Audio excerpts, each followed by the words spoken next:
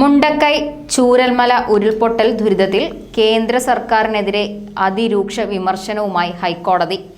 ദുരിതബാധിതരുടെ വായ്പ എഴുതിത്തള്ളുന്നതിൽ കേന്ദ്ര സത്യവാങ്മൂലത്തിനെതിരെയാണ് വിമർശനം. വായ്പ എഴുതിത്തള്ളാൻ കേന്ദ്ര സർക്കാർ നടപടി സ്വീകരിക്കണം, അല്ലെങ്കിൽ അത്തരമൊരു നടപടിയെടുക്കാൻ അശക്തരാണ് എന്ന് തുറന്നു പറയേണ്ടി വരും. പറ്റില്ലെങ്കിൽ ഇല്ലെന്ന് പറയാനുള്ള ധൈര്യം കേന്ദ്ര സർക്കാർ കാണിക്കണം. ദേശീയ ദുരന്ത നിവാരണ അതോറിറ്റിയല്ല, കേന്ദ്ര സർക്കാരാണ് നിലപാട് വ്യക്തമാക്കേണ്ടത്.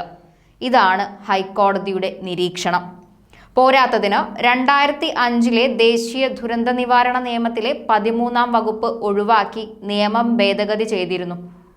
ഇത് പുനർചിന്തിക്കണം എന്നുള്ള അപേക്ഷ സർക്കാർ നൽകിയിട്ടുണ്ട്. ഗുരുതര സ്വഭാവമുള്ള പ്രകൃതി ദുരന്തങ്ങളിൽ ദുരിതബാധിതർക്ക് വായ്പാ തിരിച്ചടവിൽ ഇളവുകൾ നൽകാനും ലളിതമായ വ്യവസ്ഥകളോടെ പുതിയ വായ്പകൾ അനുവദിക്കാനും ദേശീയ അതോറിറ്റിക്ക് ശുപാർശ ചെയ്യാൻ അധികാരം നൽകുന്ന സുപ്രധാന വകുപ്പാണിത്.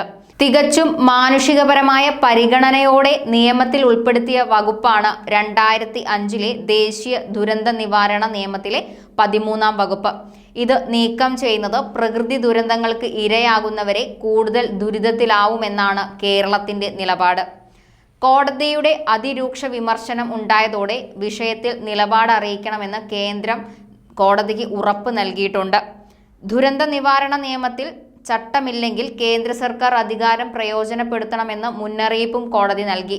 ദുരന്തമുണ്ടായി നാളുകൾ കഴിഞ്ഞിട്ടും ദുരിതബാധിതരുടെ പ്രശ്നങ്ങൾ പരിഹരിക്കാൻ കേന്ദ്ര സർക്കാർ ഇടപെടാത്തതിലാണ് ഹൈക്കോടതി കടുത്ത വിമർശനം ഉന്നയിച്ചത്.